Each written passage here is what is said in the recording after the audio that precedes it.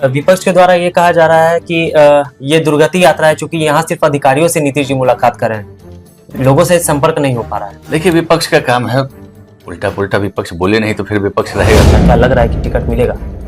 इसमें मिलेगा वाला कोई सवाल ही नहीं है। पार्टी का एकमात्र वहाँ पे उनका ये कहिए कि जैसे इकलौता में था, अब यहाँ पे इकलौता वारिस तो कई तरह की निकल कर आ रही है, कई लोग लगे हुए, लगने वाले लगे रहे, उससे क्या फर्क पड़ता है? वारिस को ही सब कुछ मिलता है।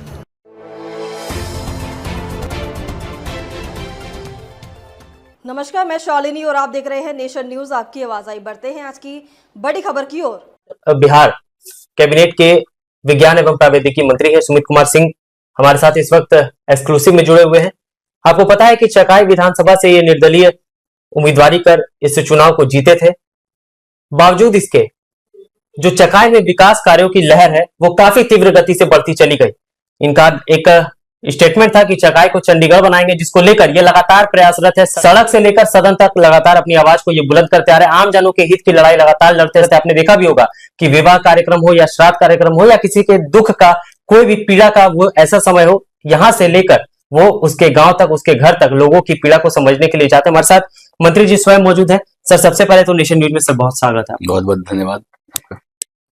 चकाई को लेकर जिस तरह से बातें निकलकर सामने आ रही थी और अभी भी देखा जा रहा है कि विधानसभा चुनाव जैसे जैसे नजदीक आ रहा है, कई लोग अपने प्रचार में लगे हुए, कई विभिन्न तरह से कई तरह के कार्यक्रमों का आयोजन कर रहे हैं। तो ऐसे में मंत्री जी किस तरह से देखते हैं इन सब चीजों को आप? देखिए, स्वाभाविक है, सब लोग अपने अपने तरह तैयारी करते हैं और जिनको जो तरीका समझ में आता है वो अपना तरीका को आजमाते हैं। तो हम लोग को भी लगता है कि क्षेत्र में बने रहना चाहिए और जितना जनता से जुड़े रहेंगे, जनता आपसे जुड़ी रहेगी। चकाई को चंडीगढ़ बनाने का आपका एक सपना था, लेकिन आप अंग क्षेत्र के बेटे कहे जाते हैं। चकाई नहीं बल्कि जमुई जिले के जितने भी लोग रहते हैं सभी की समस्या को आप फोन पर भी सुनते हैं। लोग पटना आते हैं तो उनका भी आप साथ देते हैं। आप ये तक कहते हैं कि आपके जो पीए है या फिर जो भी आपके अधीनस्थ लोग हैं या अधिकारी हैं, वो लोग भी लोगों की समस्या को सुने, उनकी पीड़ा को सुने। तो इसके लिए आपने एक टीम भी तैयार करके रखा है, तो इसको लेकर क्या कहेंगे? देखिए, ये मेरा फर्ज है। उन लोगों ने बहुत बड़ी जिम्मेवारी वहां के लोगों ने मुझे दी है और मेरा दायित्व बनता है कि उनकी सेवा निष्ठा भाव से करूं और जितना कुछ मुझसे हो पाता है मैं करता हूं और हमारी टीम भी करते रहती है उनके लिए सेवा। प्रगति यात्रा को कैसे देखते हैं सीएम? देखिए, प्रगति यात्रा में आप देख रहे हैं, ये सिर्फ प्रगति यात्रा नहीं है, एक बिहार के प्रगति में एक बहुत बड़ा सफर हो रहा है हमारे नेता मुख्यमंत्री जी का। और जहां जा रहे हैं कुछ वहां पे नई घोषणाएं हो रही है। जैसे हमारे यहाँ एक चिरपरिचित मांग रही, लगभग 50 साल से पुरानी मांग थी, बरनार जलाशय योजना। बिल्कुल। उसको नए सिरे से इन्होंने कहा कि उसकी तैयारी की जाए और वो नए सिरे से उसके तैयारी की जा रही है। ये इस योजना के पूर्ण हो जाने से 72,000 हेक्टेयर भूमि सिंचित होगी। आप समझ सकते हैं कितनी बड़ी ये क्रांति आने वाली है सिंचाई के क्षेत्र में। उसके अलावा हमारे यहाँ शिक्षा के क्षेत्र में हमारे यहाँ कॉलेज नहीं था, डिग्री कॉलेज। हमने एक बार मांग किया कि हमारे यहाँ डिग्री कॉलेज होनी चाहिए, क्योंकि हेडक्वार्टर से हमारा जो चकाई है वो तकरीबन 70 किलोमीटर के आसपास दूरी पड़ जाती है। तो वहां पर उन्होंने एक डिग्री कॉलेज का भी घोषणा किया है और बहुत सी ये सब हम लोग अमली जामा पहना देंगे। तो इससे हो रहा है कि जहां जहां वो प्रगति यात्रा में जा रहे हैं, समझिए कि उस इलाके में प्रगति और विकास के कामों में प्रगति हो रही है। विपक्ष के द्वारा ये कहा जा रहा है कि ये दुर्गति यात्रा है, चूंकि यहाँ सिर्फ अधिकारियों से नीतीश जी मुलाकात कर रहे हैं, लोगों से संपर्क नहीं हो पा रहा है। देखिए, विपक्ष का काम है उल्टा पुल्टा विपक्ष बोले नहीं तो फिर विपक्ष रहेगा कैसे? विपक्ष तो यही चाहता है कि मतलब हम कुछ ऐसा बोलें जिससे आप उसको नोटिस करें, और न्यूज हमेशा कुछ टेढ़ा मेढ़ा होता है तभी लोग देखते हैं।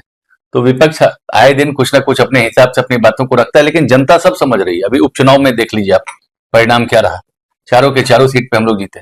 तो लगातार हम लोग अपना काम कर रहे हैं और जनता का भी विश्वास हम लोग जीतते जा रहे हैं। और मुख्यमंत्री की इस यात्रा से हम लोगों को मतलब इतना अधिक बिहार के लोगों को लाभ मिला है, उसका वर्णन नहीं कर सकते।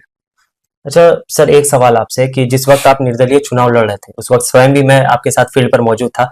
आपने कहा था कि सरकार की जो योजना है वो धरातल पर दिख नहीं रही है, लेकिन उसके बाद से जब आप मंत्री बने उसके बाद से आपने जमुई जिले में भी कई तरह के कामों को शुरू करवाया। लोगों की समस्या जिस जिस जगह पर हुई उस समस्या का निराकरण करने का प्रयास किया। तो ऐसे में क्या लग रहा है कि अब जब आप निर्दलीय लड़कर जीते, मंत्री बने, अब इस बार का विधानसभा 2025 का जो है वो क्या होने वाला है? क्या लग रहा है कि टिकट मिलेगा?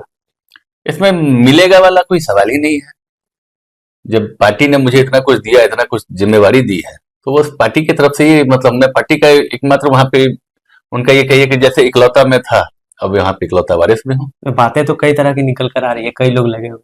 देखिए लगने वाले लग रहे हैं, उससे क्या फर्क पड़ता है, वारिस को ही सब कुछ मिलता है। चलिए सर, चकाई की जनता को कुछ कहना चाहेंगे, क्योंकि उस जनता की आस को आपने पूरा किया। जनता की उम्मीदें तो हालांकि खत्म नहीं होती है, बढ़ती चली जाती है, क्योंकि विकास का कार्य लगातार आप करते आ रहे हैं। तो चकाई की जनता को कुछ कहेंगे?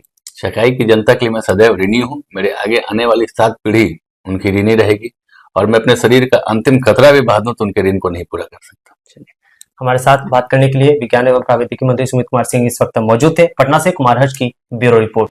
अब तक के लिए बस इतना ही, फिर होगी आपसे मुलाकात। तब तक के लिए नमस्कार और देखते रहिए नेशन न्यूज, आपकी आवाज।